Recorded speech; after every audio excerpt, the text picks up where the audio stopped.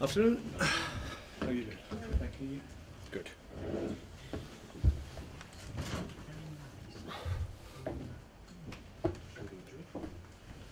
Stiff neck. Hi, how are you? All right. Fine, thanks. It's a big game, I think, for both clubs who are looking to have record finishes to the season. Is that a motivation, do you think, in both dressing rooms, and certainly in yours? Well, yeah, I mean, the focus at this time of the year, obviously, understandably so, is top end and bottom end, but we've got our own thing going on in the middle of the pack, and Swansea, I think, have hit a record points total. We've got the potential to do that in the Premier League again this year. We did it last year. We've got an opportunity again. Ideally, we can take 3 points off Swansea. Obviously, that takes us closer to them, so we may have the opportunity to be higher than our 9th position last year. So there's still a lot to play for. It's something that we've used as a motivation right through the season, and it's something that we intend to look at and use from now to the end of the season. We haven't got long to go now, so it's getting to the point where we can look at what we've done this year and see if we've achieved. But history matters, but I guess so does making progress, especially when you have the injury list that you've had this season. Well, yeah, I've said for a number of weeks now, I think if we're able to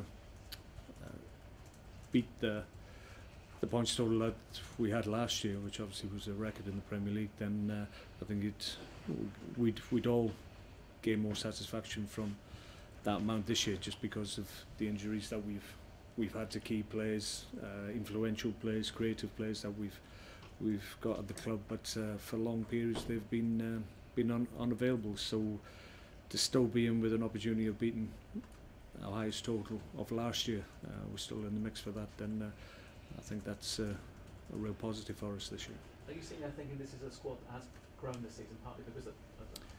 Yeah, I think the key has been the quality of the group, the strength in depth, and the attitude of the group, in fairness, because even when players have been out of the team and haven't been able to get back in when they've lost places, just through the good form of the players, and I think that's helped us. But it's a reflection of the attitude of the group that even if players aren't playing week in, week out, and they're just biding their time, waiting for an opportunity, they still training correctly.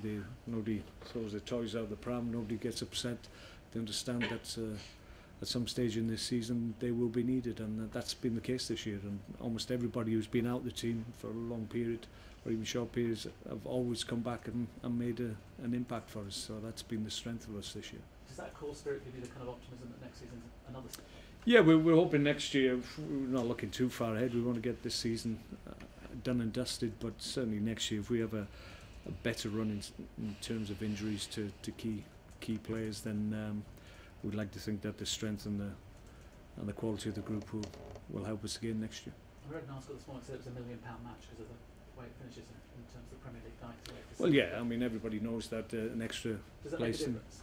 Yeah, I think so. It does that from our point of view in terms of the resources available to the club to be able to go into the market, and you can use obviously what you generate. You're able to use. So if we can get an extra place on merit, then that merit money that you earn and win will obviously help. Does that kind of finish and what people are saying about the way you're playing your football make it easier perhaps in the transfer market over the summer, attracting players? Well, I think we're viewed in a different light now anyway. I think we're certainly working in different markets. I think players, and I've said before, certainly their agents feel that we're a viable option for their clients these days, and I think that's a consequence of obviously, hopefully, having back-to-back top 10 finishes in the Premier League and the type of football that we're trying to play. So we've got more options and better and differing choices than possibly we've had in the past. But when the bigger clubs are perhaps looking to loan people out, Manchester United mentioned this morning with James Wilson, are there the sort of clubs and players that something you are in the market for?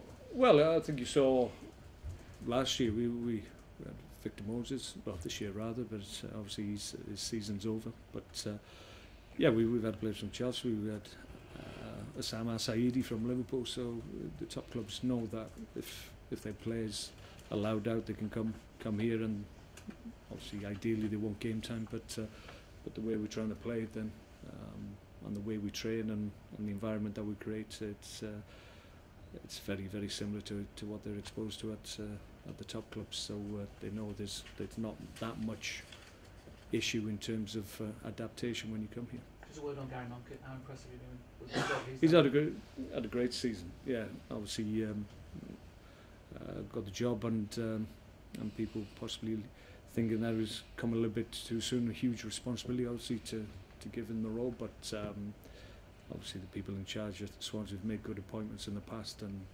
they obviously know Gary a lot more than people from the outside looking in, and it's once again their choice of manager has been borne out, and Gary's done a great job.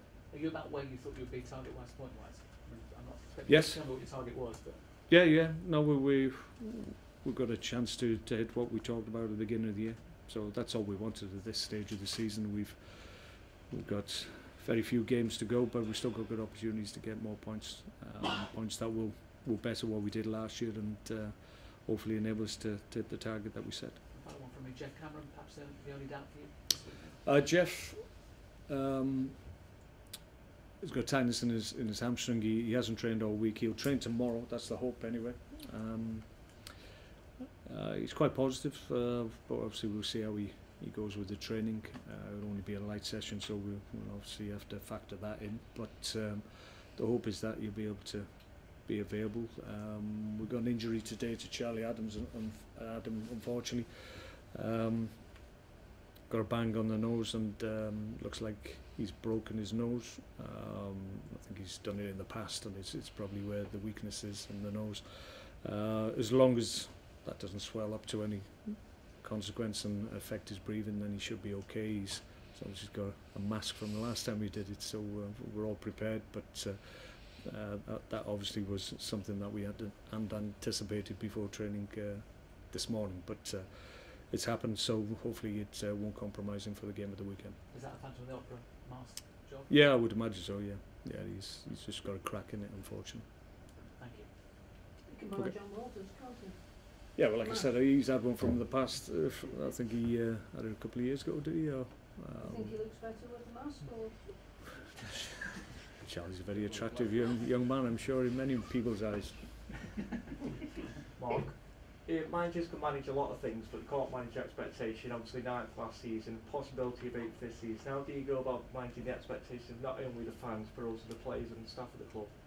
Well, our expectations are always high, and that's what we've always tried to do. Certainly since I've come here, we've tried to work with expectation. We haven't tried to dull it or make it lesser or lower than actually our capabilities. I think it's easier sometimes to underplay what the potential of the group is, and then it looks like you've overachieved. So I've never done that since I've come to the club. I've always tried to get people excited by what's ahead of us and the challenges that are ahead of us, and that comes by obviously raising people's expectations of what the group's capable of. It can end in tears, you can upset people when expectations are higher, but it's something I've always tried to do whatever club I've been at, and for the most part since I've been here, touch wood, expectations have been raised, but we've been able to justify those expectations, so we hope that's going to continue.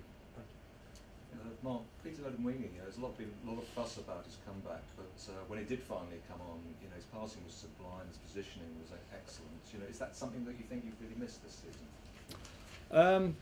I think, yeah, certainly. It goes without saying, ideally we would have wanted the ability of Peter available for a lot more games than we were able to have him for. I don't know how many games he played. Actually, he had a late return, so he missed pre-season as well, so we didn't see a great deal of him then, and then when he did get up to speed for Premier League action, obviously he did his knee against Man City, so he's been a long time out, but the reaction of the crowd was fantastic when he came on, and that was probably a little bit behind my thinking in terms of getting involved, because we know at the moment he's not quite ready to start games, but we're hoping to address that this weekend, and on Monday we've got a game rearranged here, so he'll play a bigger part in that than he has done in the first team against Wolves. So hopefully after the Wolves game, if he comes through that, fine, then he'll be ready for possibly starting games, which maybe he's not quite ready for at the moment. But yeah, he looked sharp. He looked ready for the work. It wasn't a case of putting him at risk. He was never at risk. He's done a lot of work for a long time now, and I think that showed when he came on. He was able to make the impact that I hoped he'd make. Did you plan to play him, or did you think he could turn the game? No, we had conversations in the week and in the last couple of weeks prior to making the decision to get him involved. We thought it was the right thing to do for Peter, and the right time for him to get him involved. And when I discussed him, I think I mentioned it to you last week, that obviously when I let him into my intentions of involving him, then he was delighted. You could tell that he was really focused, and I'm really looking forward to it. And he's had a good week since, and I think that's because he's taken that big step psychologically to getting back onto the Premier League pitch and playing and making an impact. So he's cleared a big hurdle this week. Mark, we spoke to Peter Odinwingie earlier. Actually, he was saying how the football community, not just players at this club, but players from other clubs as well, really kind of helped him through that and gave him advice when had similar sort of injuries. Is that sort of commonplace in football? Yeah, I think it is. I think obviously with social media and the way people interact these days, I think goodwill messages are always very quickly sent through. There's the reverse of the coin, which we have to deal with as well. But no, Peter's an endearing character, and he's got a lot of friends in the game, and it doesn't surprise you at all that he's been given a lot of good wishes, and he's responding to them, and he's really enjoying where he is at the moment. So we just got to keep him going in the right direction, make sure that his progress is good, which he seems to be at the moment in terms of his fitness, and hopefully you'll start again before the end of the season.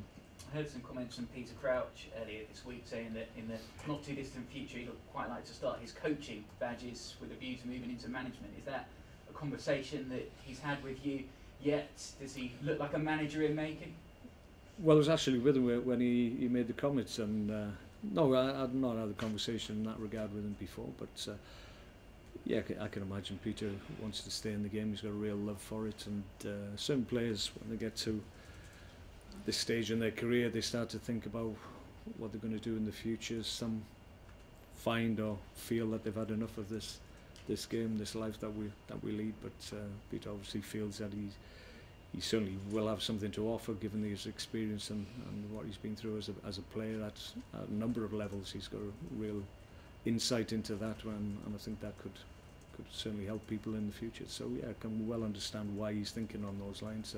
He's got a good demeanour, good personality as well, which would lend itself to being a good coach. So if he needs any help, obviously he's got good people here that will help him to fulfil those requirements that you need as a coach, so that when he does finally call it a day, which is a few years away yet, I would suggest, then he'll be better prepared. One final one from me. Next week, two of your old clubs, Man City and QPR, meet. You were involved in one of the craziest games of football in Premier League history a couple of years ago at the end of the season. So now you're detached from those two clubs, looking back on it. What are your sort of overriding memories of that day?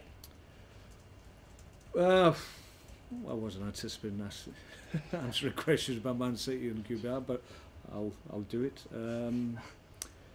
Yeah, it was one of those days. Yeah, I mean, there was a lot riding on it for both clubs. I mean, we weren't safe. There was actually a game going on here at the time that we were keeping a close eye on, and as the day panned out, it was a roller coaster of emotions for everybody who was actually there on the day. So I think the scenes at the end were something that I hadn't experienced at that stage of my career. It was the noise when the goal from Aguero went in was unbelievable. So a lot of memories, and yeah, you look back on it, and that was a game that people will remember for a long, long time. It was some day on a number of levels for both clubs. So to be part of it, it was different. It wasn't a great experience at the time, but when the whistle blew, obviously we were delighted that we were still Premier League club at that time. Really appreciate that. Thank you. Right, yes, please. Hold on. Okay. Damn it.